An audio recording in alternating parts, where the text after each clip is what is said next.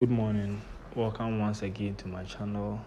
Please hit the subscribe button and Hello, share, good morning, like and for welcome more. to my channel. So I go by the name today's Steven Jasper. episode one I'm of a social worker the and the project danger manager. of child I'm surrendering in traveling. Ghana, I'm a or child freelance blogger and adoption, a or YouTuber. child So you're welcome to my channel. relinquishing Please hit in the Ghana. subscribe button, Please follow for more. share, and leave a comment, and I'll get back to you. So on today's episode, I'll be speaking about one striking thing. I think there's something that I learned during my social work days at the Tema Regional Hospital, and it's something that deals or has to do with child surrendering. I hope you know about child surrendering. Child surrendering.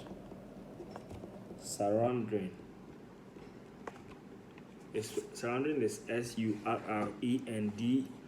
surrendring. So surrendering is basically a mother willing to relinquish rights or give up their children for adoption, and it happens everywhere. In Ghana, we have the Regional Hospital, we have the Ministry of Gender and Social Protection, and we also have the Tema Regional Hospital in collaboration for this. And at the ward, I worked at the Tema General Hospital Social Welfare Department. I've been to the physiotherapy department. I've also been to the ear, nose, and throat ENT. So the social welfare department is a department which is responsible for the welfare of every patient or every client in the hospital, regardless of their ethnicity, their gender, or their way of life. Social welfare, we are open to every individual. So we have hospital welfare services, we have school welfare services, and we have the entertainment welfare services.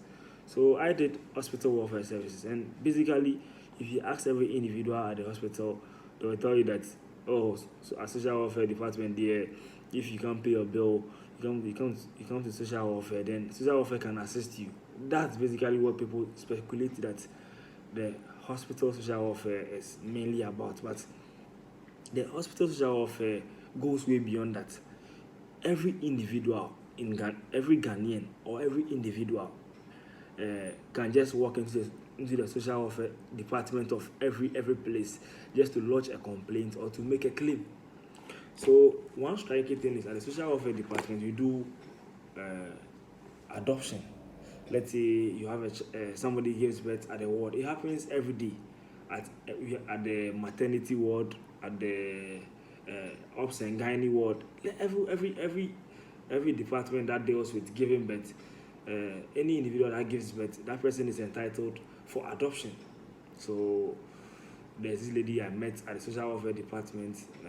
She gave birth, and even with this child surround. Okay, let me begin by defining child surrendering. Child surrendering is just relinquishing your right to the government, and with that, government doesn't give you anything. That's that's the basic truth about it. People feel that, okay, after relinquishing your child to the government, you are entitled for certain benefits, but that's not the truth. That's not the case. If you feel like, okay, uh, you have given birth, you can't take care of the child, you can just walk by any social welfare office and say, Mr. Social Worker, I don't want my child again. Who will take the child for me? Because there's been cases where when that law was not passed, mothers give birth and then they take the children to the house and then end up mistreating the children. Because you can have a child of 6 months and then you go for field visit, and then the child has not been breastfed for about 5 or 6 days. So that's what has been happening over the past years. So on today's episode, I'll be sharing with you details about child surrendering. Child surrendering is, like I said, a mom or parents of the child putting up their children for adoption. And one of the reasons for mothers putting up their children for adoption or relinquishing the rights of their children to the government is, one, they have an abusive father. There are some fathers, uh, uh, even before birth or during the time that the mother conceived, the dad was not the spouse or the father of the child was not around. The child was very abusive. I've had clients, or I've interviewed clients who said, no, this child I'm having in my womb, I want to terminate. I really want to. I really want to kill. I really want to like kill the child, and it's perfectly understandable because they go home and then they don't have anything to eat, and then the man is abusing them. The man needs just 5 6 a day for them to eat. So this has been the issue in Ghana. Many people are not aware of child surrounding, but child surrounding in Africa is on the rise, and we as a people, or we as a social unit should collaborate effectively. You see, the work of government is not easy, and we as individuals need to also be how do you call it come together to really help, because I've really had encounters with mothers who say no. So social worker Stephen, this child, I don't want it to live. And then even if after giving birth to the child, there are people available who are willing to buy the child. It's true. It happens everywhere. I've had internships at certain hospitals in Tema here or in Ghana where after conception, somebody meets me and tells me that, Mr. Social Worker, please, I've not given birth for the past 8 years, and I've been married for the past 8 years, and now can you help me get a child? Then it has been happening. So, like I said, one of the reasons why mothers try to put up their child for adoption or try to do child surrendering is because of bad attitude from the father. Some of them is because of poverty. They don't have what to eat, so they take a child to the house, and then the child ends up being mistreated.